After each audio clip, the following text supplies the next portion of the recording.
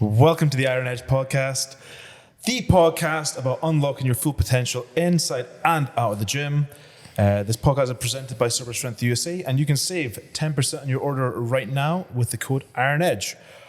Our guest today is none other than the world's strongest gay, Rob Kearney. Thank you for joining us, Rob. Oh, no problem. Thanks for having me, Ken. Yeah, of course. How you doing?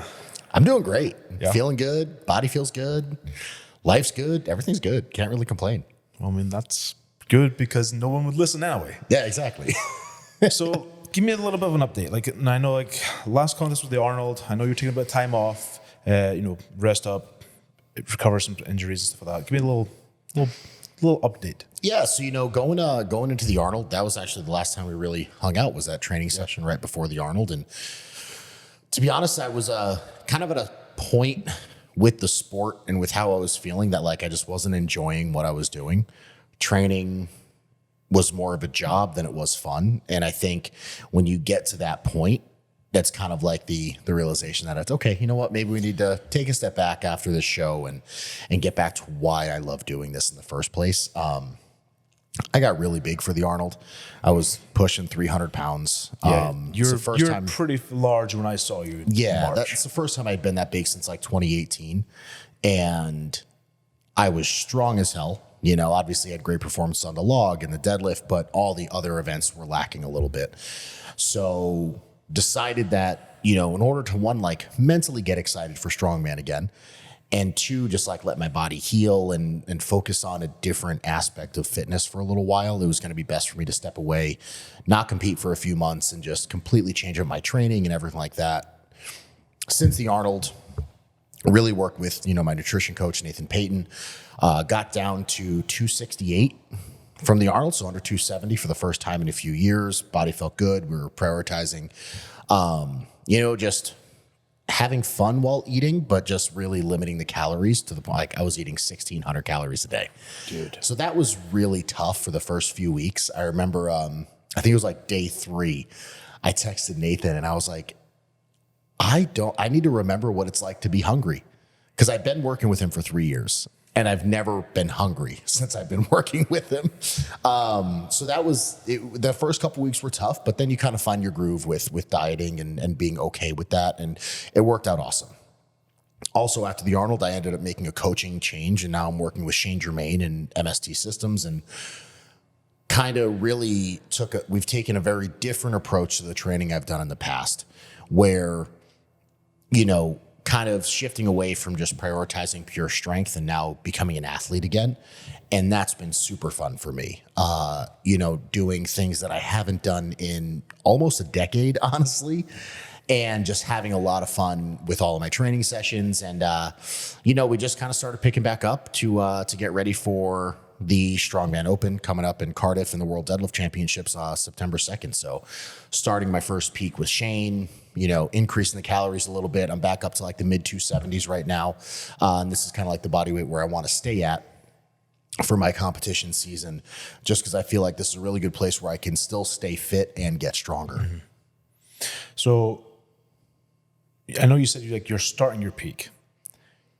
How the hell do you start a peak with a 600-pound front squat PR? So that's what's wild.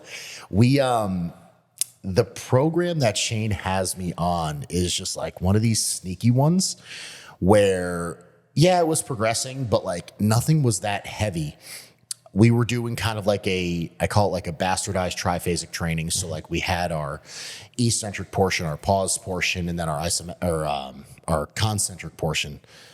And I was doing front squats with 8-second pauses in the hole. I think my longest was a 12-second pause in the hole in the mid 400s, over 200 kilos, and got to the point where that was really comfortable. And then within 3 or 4 weeks, it was all right, a 2-second paused heavy single. And I ended up hitting 565 with a 2-second pause. And then we had a back off week where it was a 3x5 at 200 kilos. And then he just kind of he kind of turned the cannons loose and was all right, hit a new max. Let's see what you got. And, I worked my way up. I hit that 565 again. And, the next jump was 6 plates.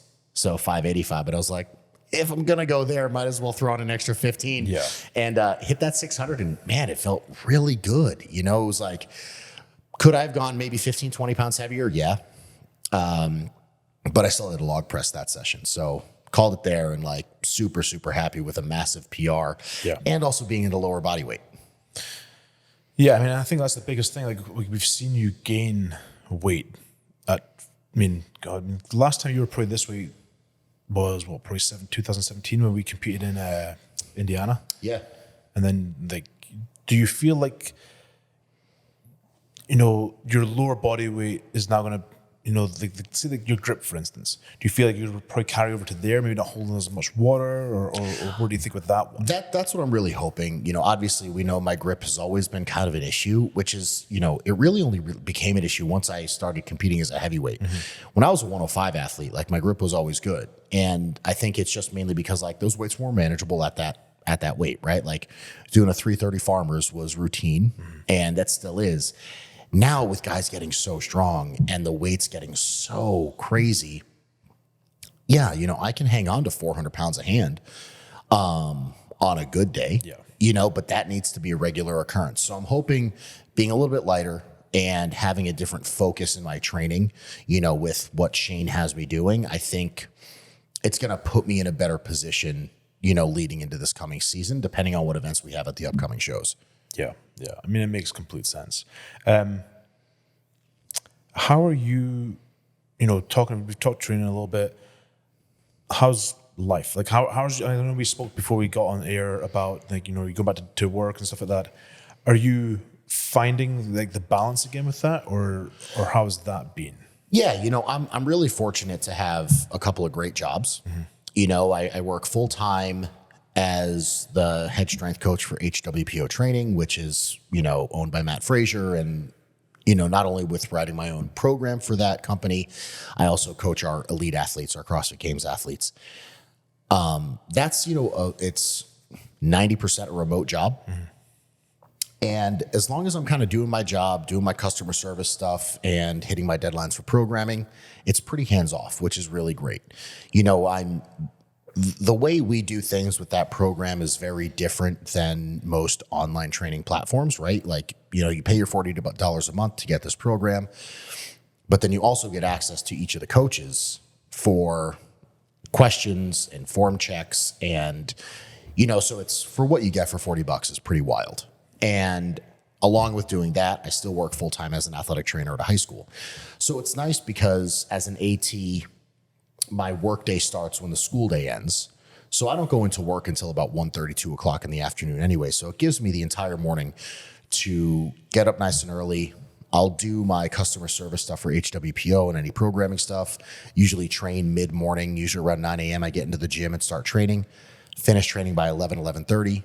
Have lunch, shower, change, head off to work as an AT. And I've been able to find a really good groove and a balance to be able to manage all of those things. I'm one of those people that if I'm left with too much freedom, I tend to get a little bit lazy. And I really enjoy having more things on my plate to keep me structured, because it's almost like having that sense of urgency all the time.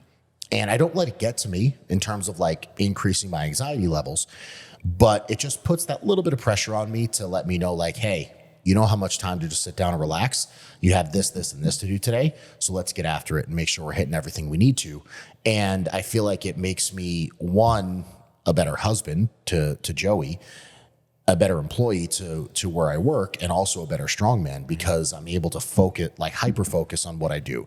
If I'm given too much flexibility, I'll be the first to admit I'll make a 2.5 hour training session 4 hours, right? Because I don't have anything to push me to get it done faster. And now with everything I have going on, it's like, all right, well, it's funny. So that we just talked about like that front squat workout. The day I ended up hitting that like 2-second pause 565 front squat, I had 1 hour and 15 minutes to front squat, log press, and bench press. And I got everything done because I went in just kind of like blinders on, hit everything I needed to, get in, get out. And it worked out great. And I think I become a more efficient and better athlete the more stuff I have on my plate, which seems counterintuitive, but it just puts me in a better place. Yeah. Now, to roll back into the HWPO coaching the elite athletes. I mean, let's be honest. In the strength world, CrossFit gets a lot of hate. I don't understand why, because of the fact that it's basically strongman, but more athletic, to an extent. And I think it's done wonderful things for our sport. I think over the last few years, having more strongman events in the CrossFit Games have actually really pushed exposure to our side of stuff. How do you deal with that from a strength coach perspective, like in terms of actually programming? Because let's face it, like they're not just coming in, they're not just doing like 4 sessions a week where it's like, oh, here's your your heavy squat, heavy deadlift, heavy press, blah, blah, blah. Like they have so many facets that they have to tackle. So how do you balance that from a coaching perspective to get them strong while not, ruining, for lack of a better term, the other side of their performances? So just to put it in perspective to everybody that watches this, as a professional strongman, I train 4 to 5 times a week. I have 4 to 5 sessions. 4 to 5. If that sounded like 45, that's not great. My elite athletes are doing 11 sessions a week. Wow. So we have, scratch that, 13 sessions a week. So we have 6 days a week of training, 2 sessions on 5 of those days, 1 session on 1 of those days with a day off. So you talk about trying to manage stress. And when I say stress, I don't mean like, emotional stress. Like we're talking about physical stress in the body and all of the pieces that have to fit in this puzzle to make these athletes ready for the games. CrossFit Games are 15 workouts over 4 days.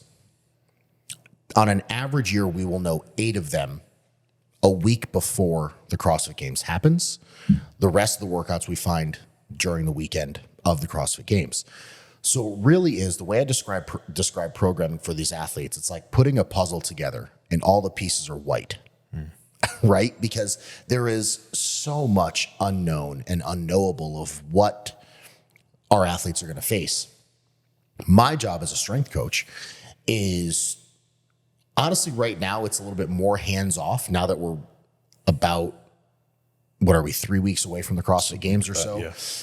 I'm not as hands-on right now because obviously we know building strength takes time and it needs to be focused for that. So my main job is heavily dependent on the off season. So, I really start end of August through pretty much April is when I'm fully hands-on programming for the athletes.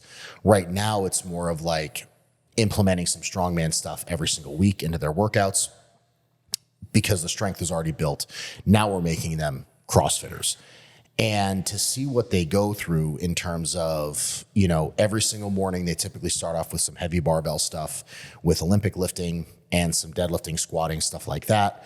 And then they're hitting anywhere from like 2 to 4 Metcons a day.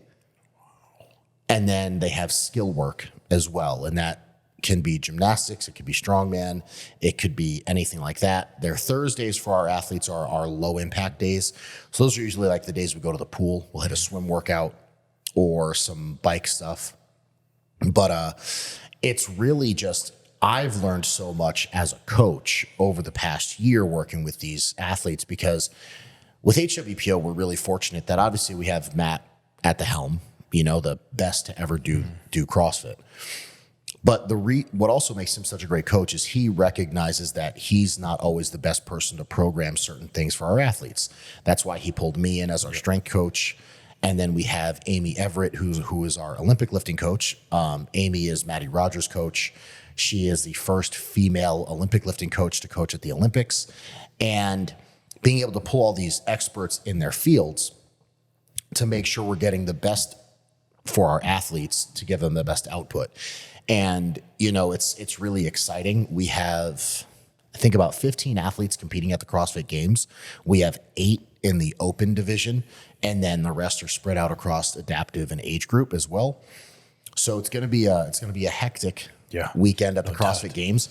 But, I think all of our athletes feel more ready this year than they ever have going into the games this year, which is really exciting as a coach.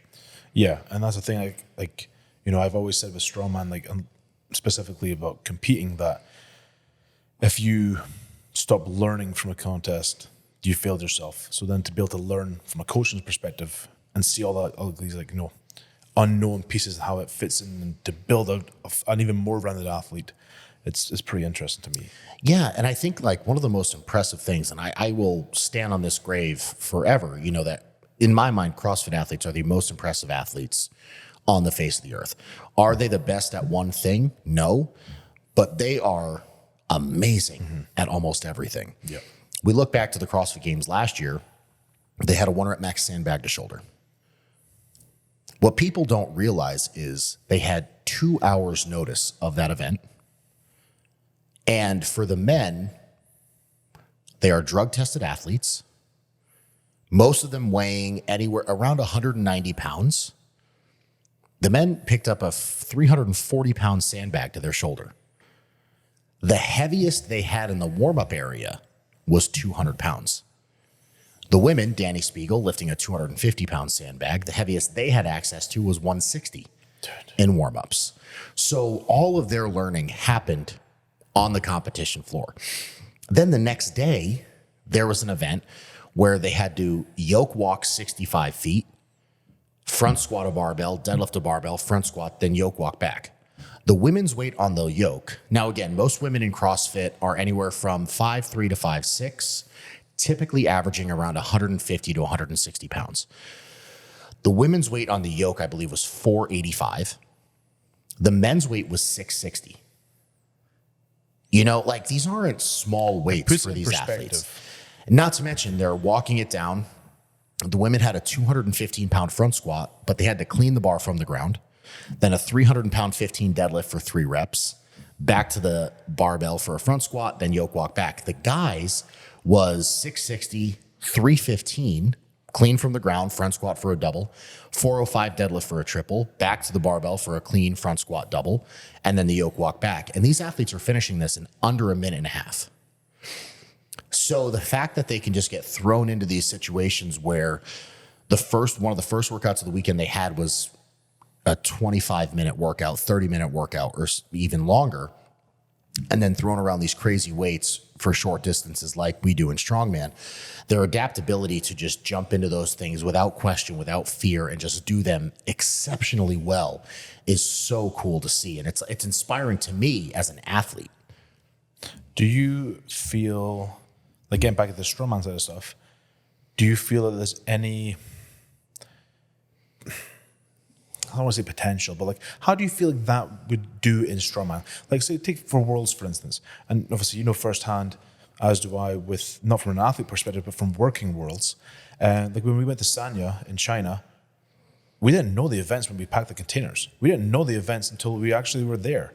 There's multiple times you're actually at World's Strongest Man not knowing the finalized events.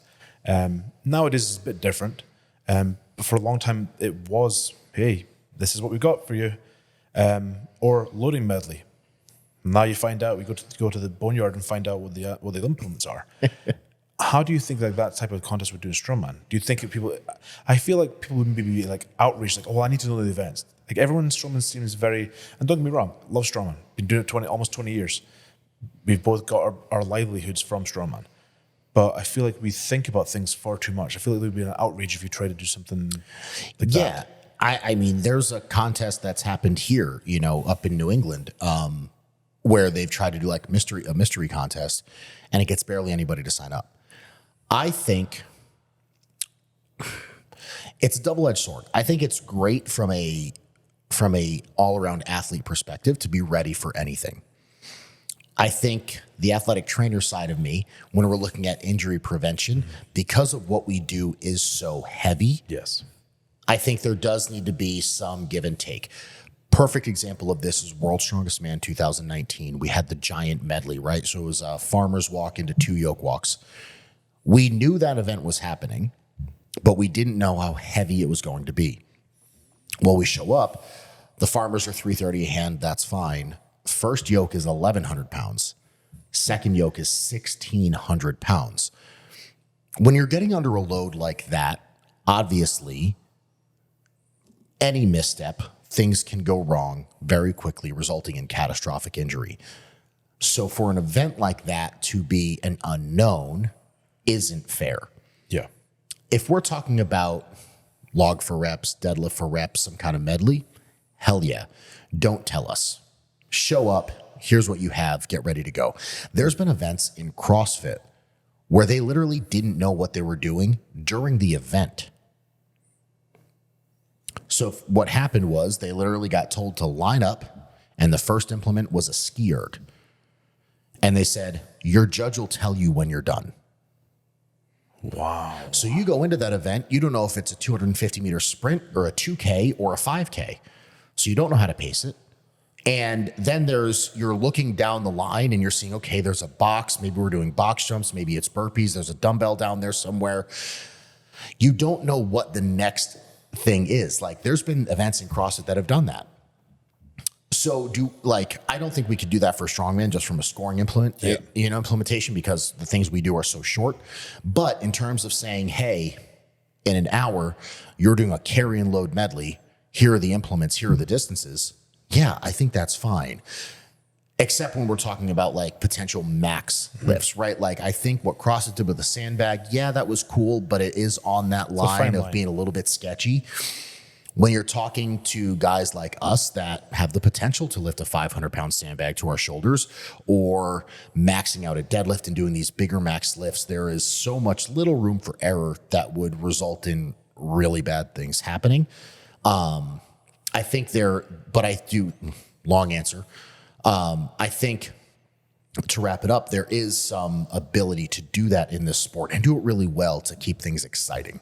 Yeah, and I think that's where we're like, the double-edged sort of strongman at times has been, back in the day, it was like very, very varied. Whereas now, as it's getting more to the masses, it's almost like standardizing a little bit. Well, we see that there's events that ebb and flow, right? Yes. Like 3 years ago, everybody was doing axle. Then it seemed like every single show had a sandbag toss in it. Then every single show had like a log press. So like we see themes in strongman consistently, whether that's from the amateur level all the way through the pros. So I think like trying to get away from that isn't a bad thing. I mean, we'll put on our old man pants for a second. God. When we first started competing, I remember like when I was coming up in the sport, I would compete 12, 13 times a year. And I wouldn't peak for shows necessarily, but those competitions ended up turning into like my training days, but I was learning how to compete better. And I would get like 2 or 3 weeks in between each contest to play around with the events, see if I could do it. If not, I'd still go show up and compete and throw down. But I was getting better at competing by doing that. Now it's like people will qualify for nationals and train 12 months out of the year for nationals, right? And in my book, like that doesn't make you a good strongman or strongwoman. That just makes you good at 5 events. Yeah. And if you want to like progress in this sport and get to that next level, that's not the way to do it. Yeah, like I've gone and spoken to people in the past about just how often I used to compete, and they're a little bit like, "What the fuck?" Like with the year I tore my bicep, I had already competed 13 days. It was 10 or 11 shows, 13 days competing. Yeah. And they're like, oh my God. I'm like, yeah, but you become a robot and you don't think, and you know how you're going to feel. You know how you're going to, walk up to a bar, how you're going to mentally be and all that sort of stuff. And you know how to sort of like take the loss as well. Yeah. Like if you screw up an event, you learn to be able to be like, okay, didn't go to plan, move on. Well, it's like Mariusz Pudzianowski when he was competing. The years he was winning World's Strongest Man, he was competing over 30 times a year. Almost every single weekend, he was like just traveling around Europe doing these competitions. And again, like those were his training days. You look at the way Canada is set up right now and their pro circuit, those guys are competing every other weekend right now. Like Zadrunas. Exactly, Same deal. And I think that's what's sort of the quote unquote younger generation of strongman, like they don't have like the sort of same outlook with that. Yeah. But I think a lot of people would benefit from it by not taking, okay, you've got 2 or 3 shows a year that are serious. Yeah, those are the ones you can peak for. Yes. That's great. But to learn to be an athlete, to learn to figure out how you react, so to speak, I think that's invaluable if you're trying to reach high level stuff. Well, it's ultimately like what made Marius so good. I think it's what sets Novikov apart right now too, right? Their ability to figure things out on the fly. You only get that intuition from competing, right? Like if you're in your gym every single weekend training with your implements, you don't get exposure to how other things feel. And if you're put in an uncomfortable situation, you're not going to know how to overcome that. Yeah. And that is what ultimately sets good competitors apart from great competitors. Talking of overcoming, we've had, you've had, your fair share of unfortunate circumstances recently. My life has been nothing but rainbows and butterflies, Ken. You overcame cancer, you overcame the tricep. Do you feel that there's lessons that you learned in Strongman that helped with those situations?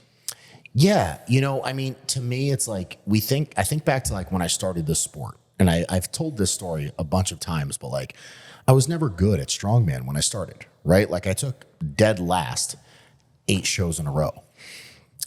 So I think like what that taught me was like, you're only down and out when you tell yourself you're down and out. When I ruptured my tricep in 2020, I wasn't concerned that this was like a career-ending injury. My concern was, okay, I now have a forced off season. How do I recover from this and get back to competing? Fortunately, that was end of October. I was competing I competed in February of the following year, so I had 3.5 months off and was back competing in Bahrain with World's Ultimate Strongman. Same thing with cancer. Got the diagnosis, had the surgery, had to take 5 weeks out of the gym to let myself heal, and then jumped right into prep for the Rogue Invitational that year. And I think like for me, it's just like, I look at these adverse moments as just like speed bumps in my journey. And I think every single one of them I've learned a different lesson from. With my tricep, I relied heavy on my split jerk up until that point. Well, now my push press is almost as good as my split jerk ever was, right? Like I'm back to putting over 200 kilos overhead, feeling really good about that. Now we're starting to dabble in the split jerk again with the axle. With the whole cancer thing, I was able to use that as a moment to talk about the risks of testicular cancer in men, because as a 29-year-old and no family history of that illness in my family ever, it was a really big wake-up call. Like, holy shit, this can literally happen to anybody. And, because of my openness and my willingness to talk about my journey with testicular cancer, I had over 30 men on Instagram message me say that they themselves either found a benign cyst or they got diagnosed with cancer, because I was just talking about my journey with it and how my experience with cancer started and where it went. And I'm really fortunate to be able to, have the platform that I have and be able to talk about my experience and not be afraid to be able to say things like that, and I think it's really cool that each thing that I've gone through and each of the cards that I've been dealt, I try not to focus on the negative of them, because then it's really easy and it's a slippery slope to go down into having depression and think of the woe is me and using that as a crutch for why you may not be succeeding. Whereas for me, it's just like, it's a learning experience, right? Like I take kind of things in stride. I'm like, okay, like this happened. I can't change that this happened, but what I can change is my outlook going forward and how I can make this into a positive, and what lessons do I take from these things to make me a better person. Yeah. Talking of the split jerk, it's coming back. How does that feel? I know we spoke, through Instagram. Tons of tricep extensions has really helped the arm. Yeah. Do you feel like that's going to be coming back into the repertoire as a steady thing, or more top level, like or top end strength, or where's your thoughts? So weirdly enough, the split jerk feels okay on a barbell or an axle. On a log, it still doesn't work for me. I think that's just purely based on anatomical position of the humerus and the shoulder. We can nerd out a little bit on this. When we're looking at the position of a neutral grip versus a pronated grip on a barbell and a log, I think when we're looking at overhead stability and tricep activation with a neutral grip, the long head is affected more and plays a bigger part in that stability overhead and that terminal elbow extension. With a barbell, I can get there easier and hold that position more comfortably. Because what I found with the log is when I get into that, kind of that explosive extension with the elbow, I'm not able to control it as well. And I end up getting a little bit of a recoil when my hand is in that neutral grip position. With a barbell, I feel like I'm able to feel it a little bit better, get into a better position and hold that lockout and get better activation of my long head of my tricep. And that's really the one that took the biggest brunt of the injury when I ruptured. And I fully also realize it is probably there's a mental aspect of it as well, right? Got really injured, had to go through a traumatic surgery to get it fixed. My body's probably holding that log on my chest. And when I go to split jerk, it's like, F you, you're not doing this. But I will say with the axle, it does feel good. I'm getting confident again. I've hit mid threes on a split jerk really comfortably. So I'm excited to see where it goes. And possibly push for some big numbers later this year. That's really what we're hoping for. Okay. I'm going to leave it very vague and cryptic right there. I'm not going to say anything else. I like it. You spoke about the platform earlier and talking about like the testicular cancer type of stuff. You're very active on social media, and I think you create a very supportive platform. And I know you're a big proponent on using your platform to help people who are finding themselves, young men coming out as gay and stuff like that. How have you felt that's like, or how have you not felt, but how has that come around? Was that just an organic thing, or did you go into that knowing like, okay, this is how I felt in my younger years, and this is something that I want to push type of thing? I think for me, what it was is when I first came out, it was for me and honestly for Joey, right? Like, so when Joey and I started dating, I was still in the closet. And then I was like, well, this isn't fair, right? Like Joey's been out since he was 17. We're 22 at this point. It's not fair for him to be in a relationship with somebody that's closeted at this point in his life. Mm-hmm. I was also really comfortable in our relationship. I felt really comfortable with him. And we both realized really quickly that the relationship we had started was more than just kind of a fling. Yeah. And it was hopefully leading somewhere more serious. And that's why I felt so comfortable coming out. Soon after that, as I'm kind of getting more recognition and doing well in the sport, it was the Arnold. So I came out October 20th, 2014. The Arnold 2015, I competed in the Arnold Amateur as a heavyweight. Broke the heavyweight amateur log press record. And that's when things kind of started catching some steam in terms of having a platform to stand on social media. That's when we decided to make the change to make my name the world's strongest gay. And what I realized as I was going through that journey was when I was coming out, I never saw anybody like me.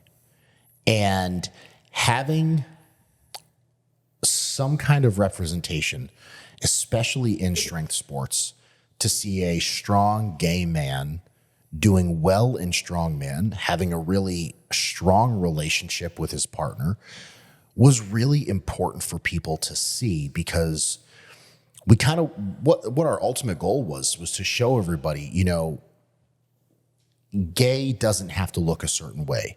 I think people look at me and they don't automatically assume I'm a gay man. Yeah. Like they see a ring on my finger, they see a pretty muscular dude with a mohawk. And I ultimately get put into, oh, he's straight. And try to change that narrative, but also just showing people of all ages that your sexuality has no bearing on the things you can achieve, especially in sports. And I think for me, it's been really exciting because I am unapologetically me all of the time, whether it's on social media, on shows like this, or on a competition floor. And that's what I want people to focus on. When I compete in strongman, I fully realize I might not win that show.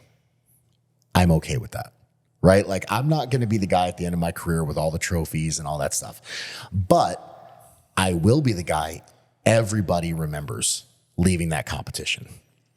everybody's going to know I had the most fun on that competition floor, and I'm going to make sure you all had fun with me.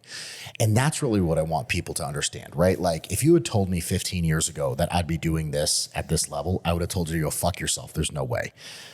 Because throughout my entire career coming up, I was always told, I could never get big enough. I could never get strong enough. And I would never get to this level.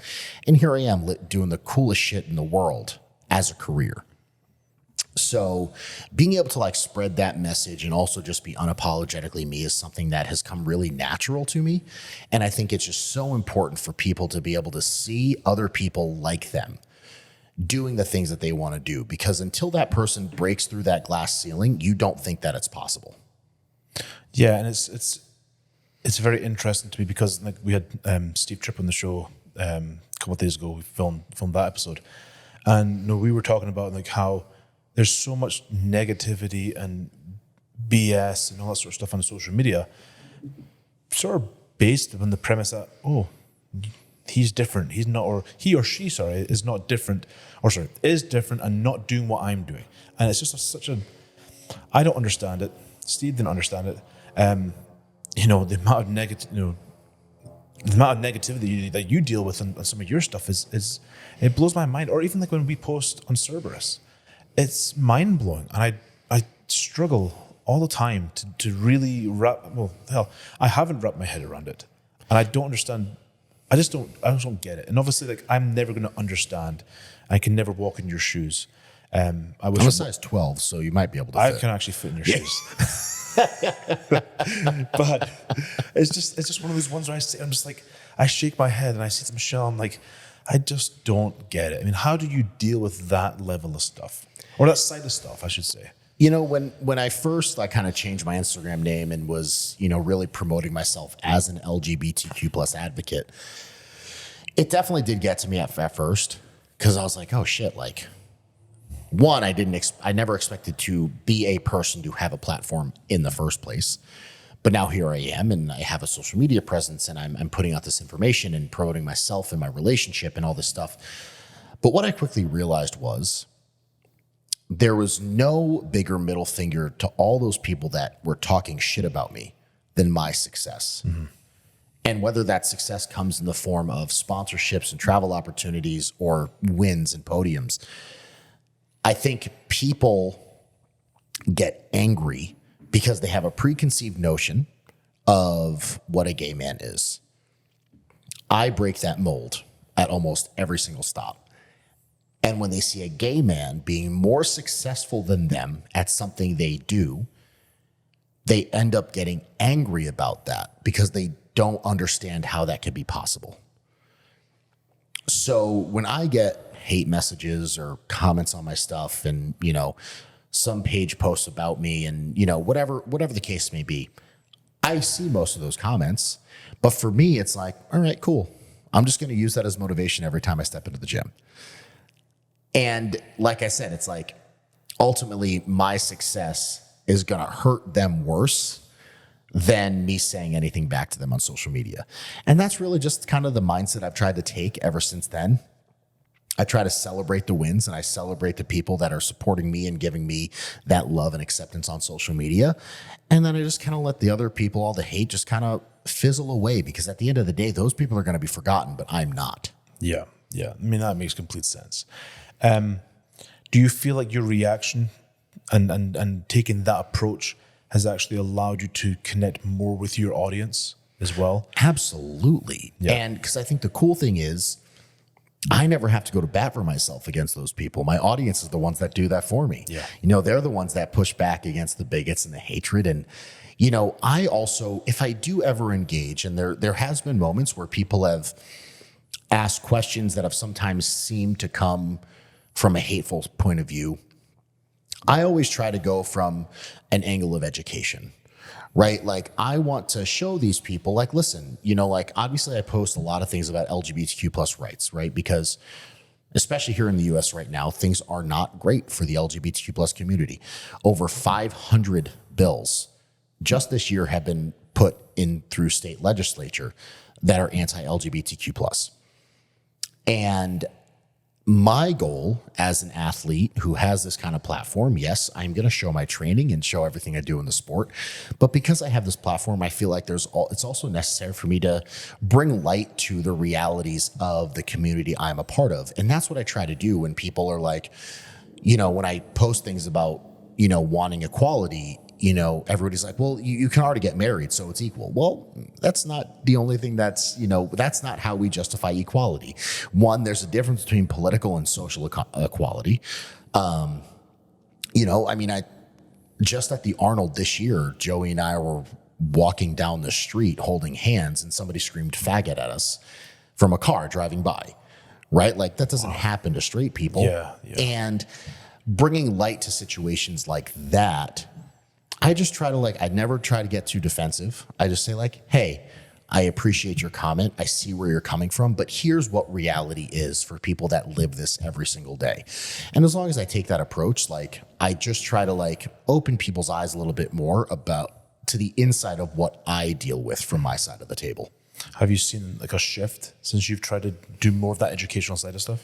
Yeah, I definitely don't see as much negative comments on my posts. I don't see as much hatred. There are still people in my DMs almost on a daily basis, and that's just going to come with the territory of labeling myself the world's strongest gay. But it is I have definitely seen a shift of less hate and more positive interactions and just people questioning and being curious, I think is really, I don't need them to fully be on my side 100% with everything I post. But as long as there is some mutual understanding of why I am doing what I'm doing, I think that that's a huge win for me. Yeah. I mean, I have to agree. I mean, like I said, I'm never going to be in that position, but I think that's completely the right approach. I mean, realistically, what else is there to do? Just sit and shout at them back. That's just going to rile them up more and get them excited. And that's nobody's going to win in that situation. Never. So moving on from that and getting into obviously we've spoken about in the past about why you got into Strongman and all that sort of stuff. And one thing about with this podcast is I don't want it to just be, hey, what's your favorite lift or whatever. I want to know about you. I want to learn. And obviously, I've known you for God. It's funny that I've known you so long. I didn't even realize that it was 2014 when you came out. Yeah, it's a weird thing. It's oh, I didn't realize it's a long time ago, but I didn't realize it was. You know what I mean? It's just a weird thing. But yeah, I want to know more about you, growing up, and I know you weren't athletic growing up, to put it mildly. Yeah. I played sports. Doesn't mean I was athletic. I was involved. I was I was involved. Yeah. But what have you? Give me some of the childhood stuff, lessons and stuff like that. Yeah. I sat speaking to Steve. He was saying about how his childhood was and how now when his parents come to the gym, it's such an incredible thing for them. For me, growing up, baseball was my first love. That's what I saw myself doing through high school, trying to go to college. I'm trying to not make a joke about balls right now. I'm sorry. That's why I'm smiling. But that was the sport I was fully involved in. That's all I wanted to play. My freshman year of high school, I decided to join. That's when I decided to start playing football. Okay. So I didn't start playing football till I was later, till I was a little bit older. So it was the winter of my freshman year of high school and go to lift with the football team and stuff like that. And we were back squatting that day. And I was lifting with my friend. I had loaded one side of the bar, put the clip on. My buddy loaded the other side of the bar, and I unracked the bar, but he didn't put a clip on. So the weight started sliding. And as a reaction, he grabs the bar from my back, throws it onto the rack. Well, my thumb was in the perfect position to be between the bar and the J-hook. So I partially tore my UCL ligament, had a hairline fracture. So could have been much worse, but still ended up having to be in a cast for 4 weeks after that injury. Well, the cast was coming off the day before baseball tryouts. Now, you know things about injury. You've been in rehab before. You can't just take a cast off after 4 weeks, then go into baseball practice. Yeah. You need to do some rehab. You need to build some strength up. A lot of atrophy happened. So I was unable to play baseball. and I never went back to the sport. Ironically enough, my love for the weight room came through that injury, because then I was like, okay, well, I guess I'll like safety bar squat and do the leg machines and start learning all that. And that's when I really started falling in love with the weight room and building strength. Played football. I was an offensive lineman, was actually pretty decent, was fortunate to start for 2 years on my varsity football team. And then in the off season, in winter, I was a cheerleader as well, because I was like, I forgot about that. There was some really good parallels between like being I did single base stunting, so like I was there with just my flyer, throwing her up in the air, catching her over my head. And, I saw a lot of parallels between that. And then the spring was just dedicated to lifting, getting ready for football. So I realized really quickly that traditional sports weren't in my future. And that's simply because I knew the level of athlete I was. Mm-hmm. I did have the opportunity to go to some pretty big Division I schools for cheerleading, but I also found my love for athletic training and sports medicine and knew I couldn't do both. So I prioritized AT and going to get an education and stuff like that. And I knew like I didn't love football enough to want to play a low division program, because I know the kind of, commitment collegiate athletics is. So my senior year of high school is when I just kind of I played all my sports, but I was really kind of diving into the weight room. And that's actually when I first found Strongman, was, that spring of 2009. There was a substitute teacher who was, ironically enough, a CrossFit coach, who saw me working out one afternoon and was like, you look like you enjoy this. You know a lot of the basics. Like, why don't you come to the CrossFit gym I coach at? We can kind of go more into this. And so I was going to that CrossFit gym at like 5 a.m. before school and doing my training and learning and stuff like that. And my second day in the CrossFit gym, the workout of the day was the CrossFit total. So it was a 1 rep max back squat, 1 rep max strict press, and a 1 rep max deadlift.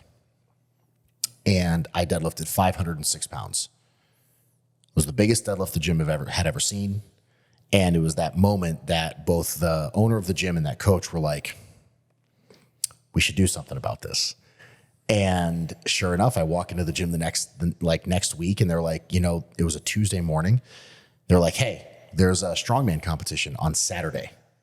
We signed you up for it. We think you should go do it. I had never done it. Like, my experience with the sport was seeing it on TV. It coincidentally was also the day after senior prom. So here I am at 17 years old, had never done this sport, showing up to this competition on 2 or 3 hours of sleep after chugging a 5-hour energy, hoping it was going to get me through it. Went to the contest, got my ass kicked, took last place, fell in love with it. Ended up going to Springfield College to get my degree in athletic training and joined a powerlifting team there. And that's really just kind of where my love for strength training and everything really took off. But ultimately, as I was growing up, like, I always identified as an athlete, but I never knew in what sport. I enjoyed playing sports, but I never saw myself doing one of those for the long term. And that's a really weird place to be, because it's like, I enjoy doing it, but like team sports never got me excited per se. The thing I loved about being in the weight room is I was in control of what I was doing. If I wasn't getting stronger, I wasn't working hard enough. Right. And I only had myself to look at in the mirror to put blame on. And I think that's what I ultimately loved about like strength sports and powerlifting and strongman was like, if you got beat, you got outworked. If you won, you saw that was a direct result of the work you did. So I think I liked that feedback and that gratification. That's what really drew me into, a lifetime of strength sports. And you took my next question, because I was going to say, was it a basis of team versus personal? Because that's what it was for me. I never really identified with team sports. We'd play soccer at, lunch and all that sort of stuff. Played rugby here and there for the high school, but I always liked that the impetus and the emphasis was on my effort. Yeah. So the whole premise of the podcast is learning you and all that sort of thing. One thing that's been a sort of recurring theme at times with some of the other guests has been that, like the strongman or the powerlifter side of your identity is not all your identity. And obviously we know that without even asking that question, that's not. And I think you've done really well to balance that side of stuff. I think a lot of us get sucked in too much. So what's your advice for somebody who is maybe like, deep in the sport, but then there's sort of feeling like all that pressure, like my identity is strongman. Like how do you notice it? How do you actually like pick that out? And then what would your advice be to get out of that feeling? Without losing the love for the sport in the process, I should say. I'm really lucky because I did fall into that. 2017 was an amazing year for me as a competitor. Won a Giants live show, got to go to World's Strongest Man for the first time. I ended up winning a log press competition in Canada. Like it was just, I was on fire that year. And unfortunately, I let that take over a little bit too much of my identity. I'm in a really great position that I have an amazing partner that is not afraid to tell me when I'm fucking up. And what I needed to realize was I'm a husband first and a strongman second. Once I was able to do that, it put a lot more shit into perspective because I was at a point in my life then where it was like nothing, and I mean nothing, was more important than my next training session. Work was on the back burner. My relationship was on the back burner. The most important thing was being at the gym and training and getting ready for that next competition. And ultimately what it did was it made me a shittier strongman because it took the excitement of the sport that I had when I started and turned it into a job. And no matter who you are, once something becomes work, it becomes less fun. And I had to realize very quickly, and Joey is 1,000% the reason for this, that this sport, I only got these opportunities because of the love I had for the sport in the first place. And that's what I had to reroute myself in. And I think ultimately knowing that, again, like I'm a husband first and a strongman second, put things into a perspective for me of getting back to, okay, like I love this because I want to do it, not because I have to do it. And not having that kind of pressure just made everything so much easier. And there are certain times where like I revert back to that mindset because at the end of the day, I'm a competitor. And yeah, I want to win and I want to put out my best performance. And sometimes if you're not doing well in a show, it's really easy to lose sight of that. A perfect example is the Arnold in 2021. Nope, 2022. I was in first place after 3 events, right? Take second place on the squat, take second place on the dumbbell, leading after the first day. First event, day 3 or day 2 was the log press. Didn't do as well as I had wanted to, but I still was able to hold on to my first place position. Next event up is the frame carry. I dropped down from first to third in one event. And in that moment, I saw that win slipping away from me.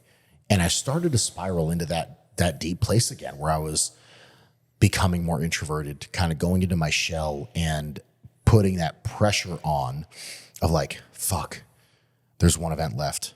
I have to tear the shit out of this event to try to push for this win. And that final event was that natural stone to shoulder. And here I am going third to last. I'm seeing 0 after 0 after 0. Couple of guys getting it to their lap. Bobby gets to his shoulder. And I'm starting to sweat and freak out a little bit because I had ripped my hands up on that frame. And Joey noticed this right away. And he pulls me aside. He's like, hey, just go have fun. That's why you do this. And it was him having that moment with me that made me have that realization of like, you know what, shit, I get to do this.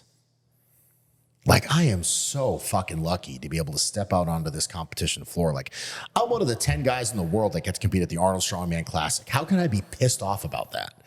And, I mean, shit, this past year at the Arnold, I had one of my worst performances ever, right? Did great on the log, did great on the deadlift. I took 9th place in the other 3 events. But ultimately, I was like, you know what? I am one lucky bastard to be able to be on this competition floor. And I have to remind myself of that every once in a while. But once I get back to that point and I get grounded a little bit, that's when I ultimately have my better competitions. So with that said, because we're going to wrap it up here in a second, one piece of advice to anybody in the sport, either they're beginner, they've been in for 5 years, or even for 10 years. One thing. I think the biggest thing is don't get too ahead of yourself. Mm-hmm. I think all too often, especially with social media and the way our world is set up, it's really easy to see what other people are doing and want to shoot for that right away. But ultimately, that's not how you're going to get there. I alluded it to it a little bit before of I was really bad at this sport when I started, right? Like I took dead last in the first 8 shows that I did.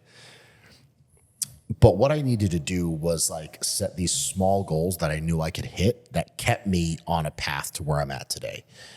And again, like when I started this sport, my goal wasn't to get to World's Strongest Man or the Arnold or any of these shows. It was just don't take last. Okay, well, I didn't take last in my 9th show. So what's the next thing? Don't zero an event, right? So it was like hitting these goals that like I knew were right there. And it was like, just focus on that one thing. Once you hit that, then change your goal and work onto something bigger. I think just keeping that like kind of humble mentality about what you're doing is going to make you succeed far past what you ever thought was possible. Because in 2009, when I started the sport, if my goal was to get to World's Strongest Man, I wasn't going to get there, right? It took me 8 years to get to World's Strongest Man. There's a lot of detours that can happen in 8 years, but staying on a consistent path of these small goals led me to where I'm at. And I still hold that true today, right? Like my goals right now are top 3 at the Arnold. Originally it was top 5. I hit that in 2021.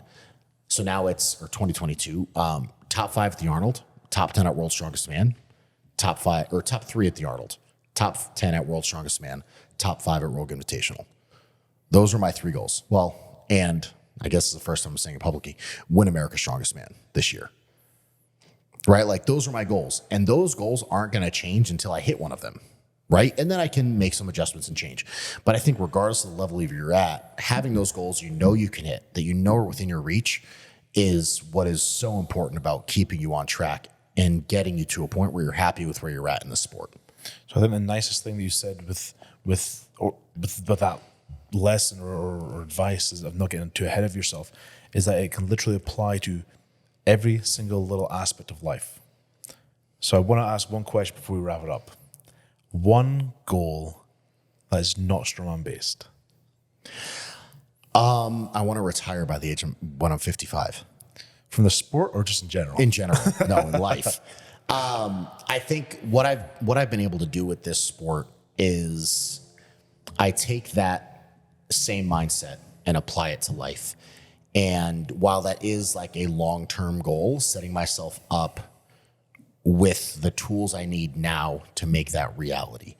And I think a lot of times strongmen are very short-sighted with how they view their career, and they don't think about what the next steps are. It took me a while to get to the point where I was like, okay, what is life going to be like after I'm done competing? So setting those things up now to make sure after I'm done competing, one, I'm not forgotten about as an athlete. How do I stay involved in the sport that I love? And what do I do to maintain a career in this sport without having to compete? Setting those things up now are just really important to me. Whereas I think a lot of strongman athletes don't see that far. And I think, as we both know, this sport can be taken away from us in a heartbeat. So what's going to happen if you come to those crossroads, right? Like a catastrophic injury happens, life happens, who knows? So just kind of setting myself for success after the sport and after I'm done competing. That's really what my goals are right now. I like it. I very much like it.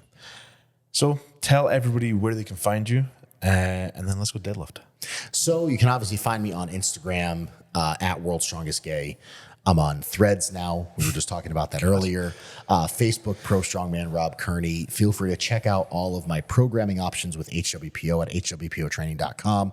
I run the Strong program, which is a strength-based CrossFit program. So mainly there to get you strong in the big three: squat, bench, deadlift. We throw in overhead press as well. And then there's daily Metcons if you want to do some CrossFit stuff to really just to maintain your fitness while you're getting stronger. I can confidently say it's the only program out there that does those things. And it's really fun to see the success that the members have currently had. Well, I wish you all the success in the future. Good luck in Appreciate Cardiff. it. And let's go deadlift. Squeeze into this deadlift suit. Thanks, Rob. Thanks, man.